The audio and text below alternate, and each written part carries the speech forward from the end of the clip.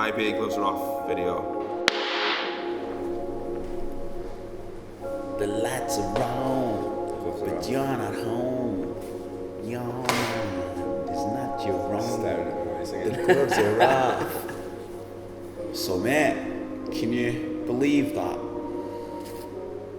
It's come up to 2 years since 2 years next week. we started IBE. Crazy times there. Do you remember when we were in Norman's? And like, I'd say like that was probably like our first meeting, like Keegan landed in and we were sort of discussing, do you remember? I think our first official talk about it was after the football. Yeah, well, obviously you did the football at Power League and I approached you because I felt that it would it World Cup year or Euro year? It would international tournament year, but I felt that there was scope to take that further, but also behind it, unifying the sort of Leeds industry in regular sporting activities. 100%. I think that football tournament for me was at first a little bit of a marketing tool for the company I was working for, but it really, I think that was the first one that I did when we first started talking, and it sort of, rather than it being a marketing tool, it sort of transpired into actually the industry getting together and really and doing something that's not based on the usual let's go out and get hammered, let's go out and, or even just cocktail competitions or anything like that, anything that involves booze. It's actually doing something that's good for your heart and good for your body. And also it still keeps that competitive edge as well. 100%. So I at that point I was just merely somebody who was taking part in it, so to speak, from that side of it.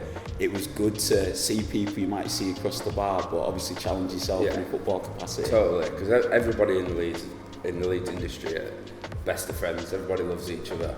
But then you put a little bit of competition in between them. They want to be the best. Like, each bar wants to win and take that trophy home. And I think that's where, obviously, following that event, and we had more talks.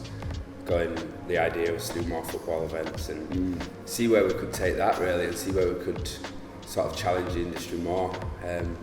We sat down, didn't we, and we talked about all sorts. Well, yeah, man, we were a few. I mean, should we let a couple out of bag? Because there were darts. I still think darts could work. 100%. There's a darts bar opening around the corner. So. There's definitely maybe future IBE darts. But I remember you said to me boxing, and it didn't initially like strike the chord in my head.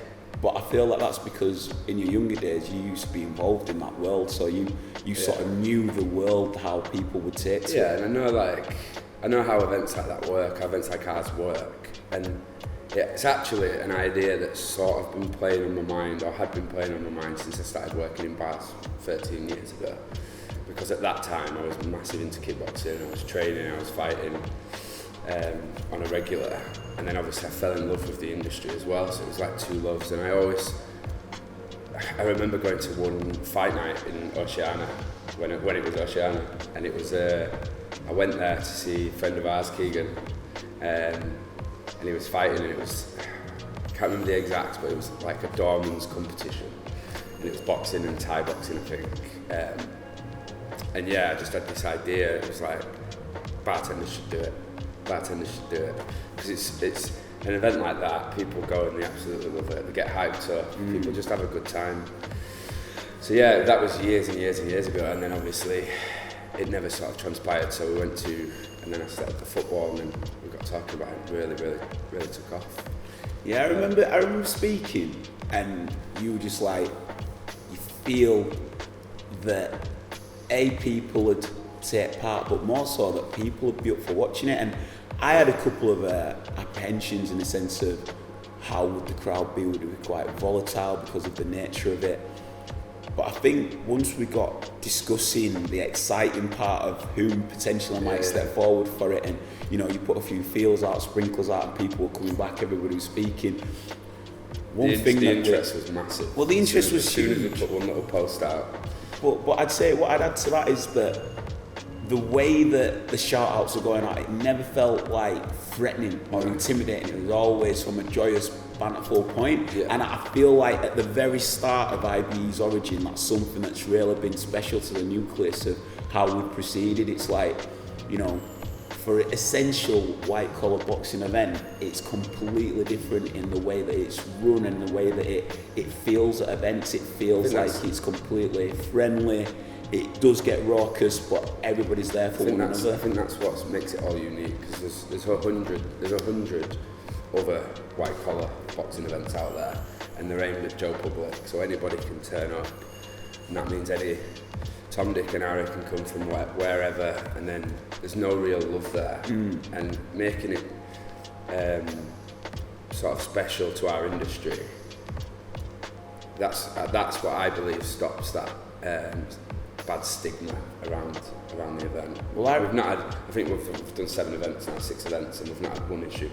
And I think that's genuinely down to the love of our industry and the love between each other. And the respect between each other as well. I definitely hear that. I tell you as well though, I also feel a massive factor to us is that when we got speaking about ideas and stuff, and we knew it was going to be a charity event going forward, and I mentioned that rather than just having a lead charity, it would be worth having the actual participants, the fighters involved, them having their personal charities as well. That was a great addition. I think that's been such a boost and a nod, because, you know, moving on, hearing why people are doing it for specific causes. Like, we never could have imagined like the stories that we've heard and the reasons why people are doing it, and that's what blows me in.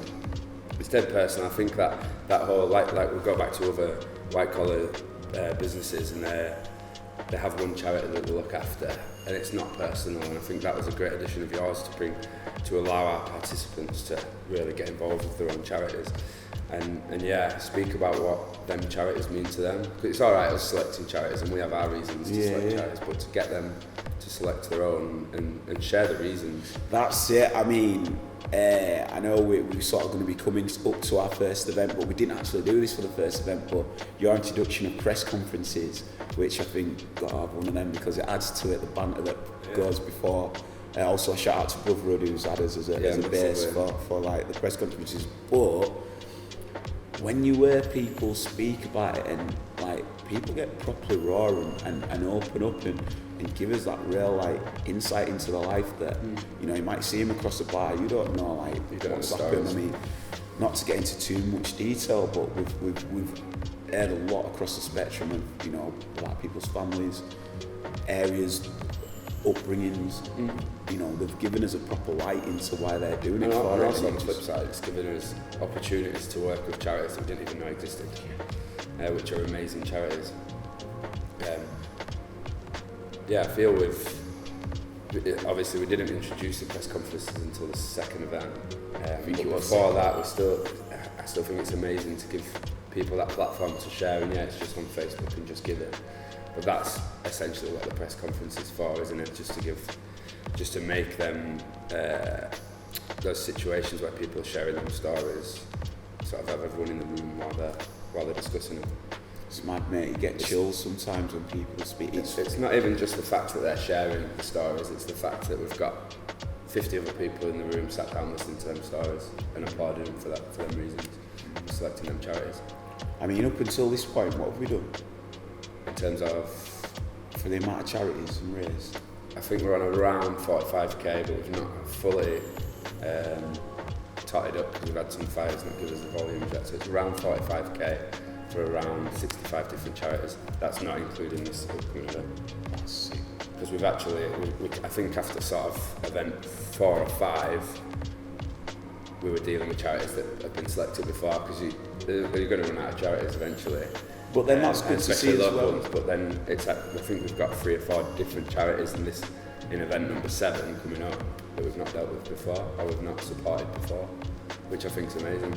It is class to see that you do, you know, you get new ones, but also it does highlight particular areas that people within the industry want to focus on when, you know, charities like Mind keep coming back up. That's got to be the most constant one, isn't it?